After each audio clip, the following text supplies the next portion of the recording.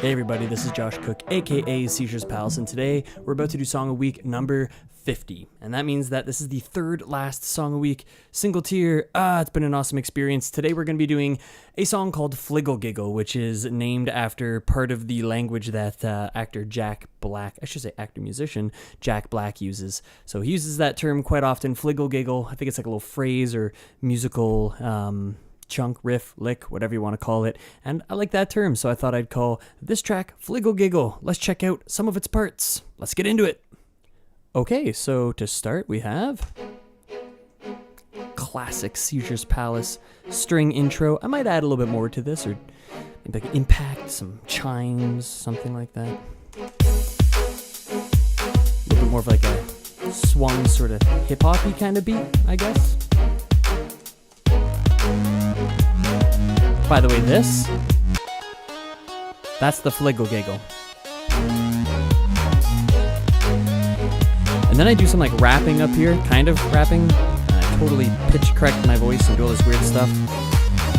Back your shit and leave all else behind, cause you're ready to move. Realize you got this in the bag and it's ready to go. Pack your shit and leave all else behind, cause you're ready to move. Realize you got this in the bag and it's ready to go. And then a little breakdown thingy into.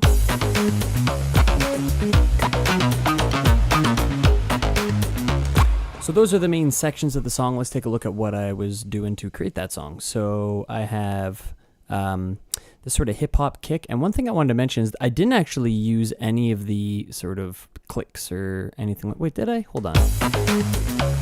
Yeah, sorry. My mistake. I did. But they're very subtle if you listen to it.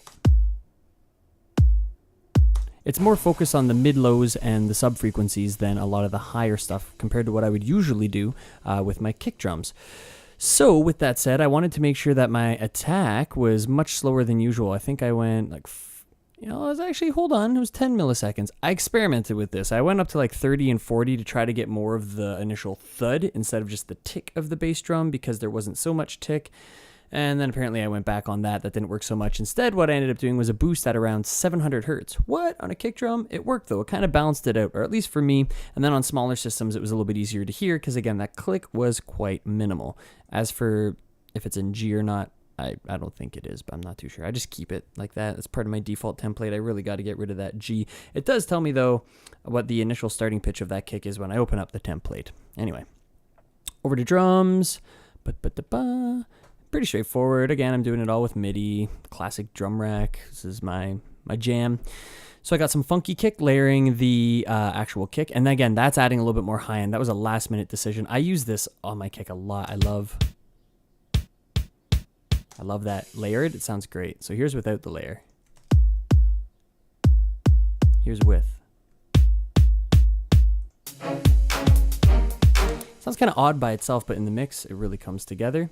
I did this extra little thing over here. I used Aquaski Beatbox. It was the first time ever that I used something from one of my packs that I downloaded. And then I threw on Isotope Trash, bit of an auto filter, and then automated some volume and filtering later. It sounds like this. And that delay you're hearing is through Isotope Trash. It's just kind of layered nicely into the background. The drums themselves sound like this. Almost a Disclosure X-esque. Disclosure-esque sort of ping. And then later they look a little more complicated. We get the hi-hats going double speed. In fact, I don't do that over here. Maybe I should. Let's double check that.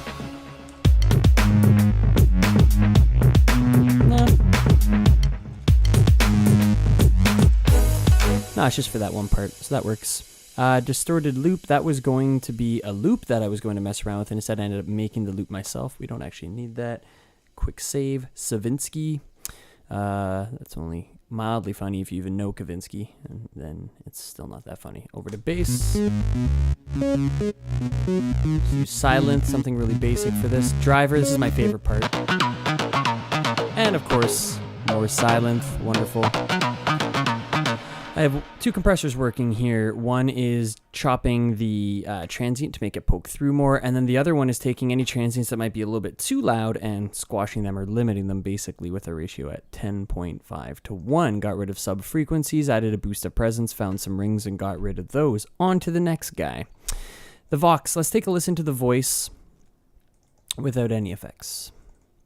So if I go through here, you guys are going to get to hear my actual awesome rapping voice. It's friggin' horrible. Okay, if I go through, this is down 3 semitones right now. Here's how it sounded when I recorded it.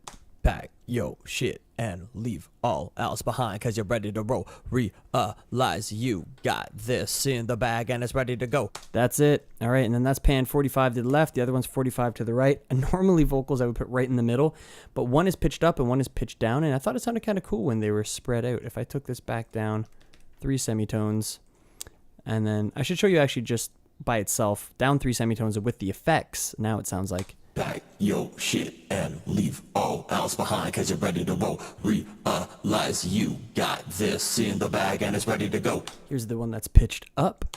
Pack your shit and leave all else behind, cause you're ready to roll. Together. Pack your shit and leave all else behind, cause you're ready to roll. Realize you got this in the bag and it's ready to go.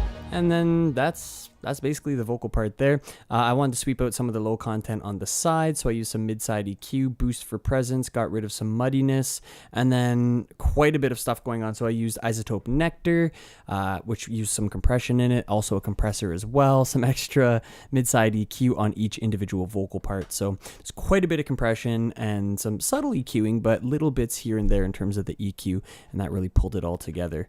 Over to the Fliggs gigs. This was silent as well, really simple stuff. And then strings, had to be contact. And then a little lead layer over here. That's just layering an octave, so we have. And then just to thicken up that sound. So that's it. I think I went through everything. Am I missing anything?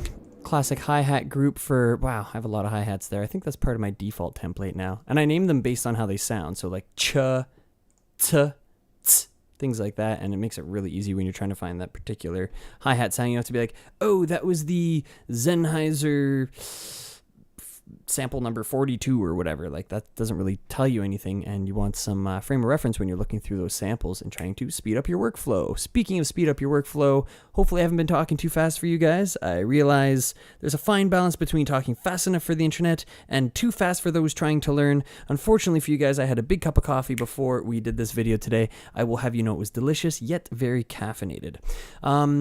I'm going to come at you guys over the next 2 weeks with 2 more final song weeks. I hope that you would let some people know that are beginner to intermediate or maybe even pro producers to check out this series. They might pick up a thing or two, especially if they're beginner intermediate. They're going to learn some stuff. That's the whole point of this, and to keep me composing. Getting close to the end. That's it for today. How long is this? Under 10 minutes. Woo! That's a rarity in my books. So I'm going to see you guys next week. I'm hoping to have a collaborator in either next week or for the final song a week, and that person will remain a surprise. So I'll see you next week, and I'm going to go back to one of my old quotes. You stay glassy sand. Peace.